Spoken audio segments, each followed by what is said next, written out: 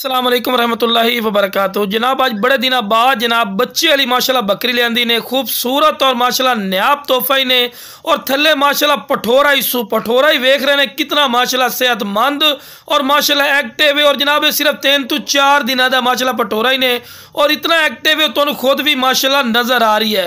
खूबसूरत और न्याब तोहफा ही ने और माशाल्लाह पठ की हाइट कद भी चेक कर सकते हैं जनाब।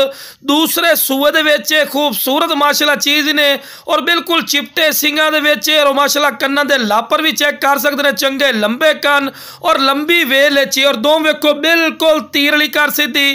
तो जनाब दूसरे सूए माशाल्लाह ने पठोरा दिता है और पठोरा भी माशाल्लाह बहुत ही खूबसूरत और न्याब चीज़ है माशाल्लाह पठोरा दिता इसू।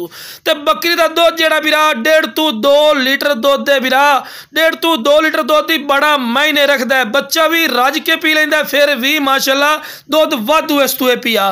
तो खूबसूरत चीज़ ने 3 तो 4 दिन का माशाल्लाह बच्चा ही ने और खूबसूरत चीज़ तो लो बिरा हवाना चड्डा वेखो बिरा, इहो जी हवाना चड्डा तो विखा के आंदन जी 4 लीटर दुध वाली है जी 3 लीटर दुध वाली नहीं बिरा, झूठ नहीं बोलना जनाब। जी भी गल करांगे 1.5 तो 2 लीटर दुध तो वेखो जी कोई बात लोग खड़ मार के आंदे ने, कोई बिरा खड़ नहीं मारे क्योंकि बच्चा छोटा है पिया तो असी भाई खड़ छड़ नहीं मारा पे। बाद लोग आंदे ने भी दुध नूं रोक दे, नहीं बिरा दुध नूं रोकण वाली गल कोई नहीं। माशाल्लाह अच्छा दुध इसू तो लो बिरा चारा भी खवा के भी खा रहे हैं माशाल्लाह सेहतमंद और माशाल्लाह एक्टिव भी ने और छोटे मोटे हाइट कादे बिरा नूं बिल्कुल नहीं समझना।